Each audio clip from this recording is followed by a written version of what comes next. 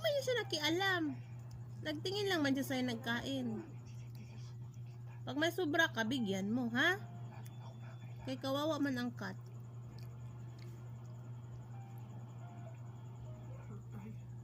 May mga ano. Ayusin mo magkain.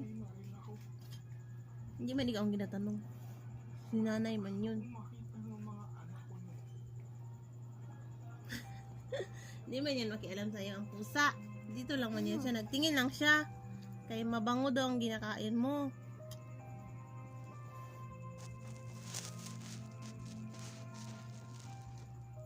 Mamaya na mag-study.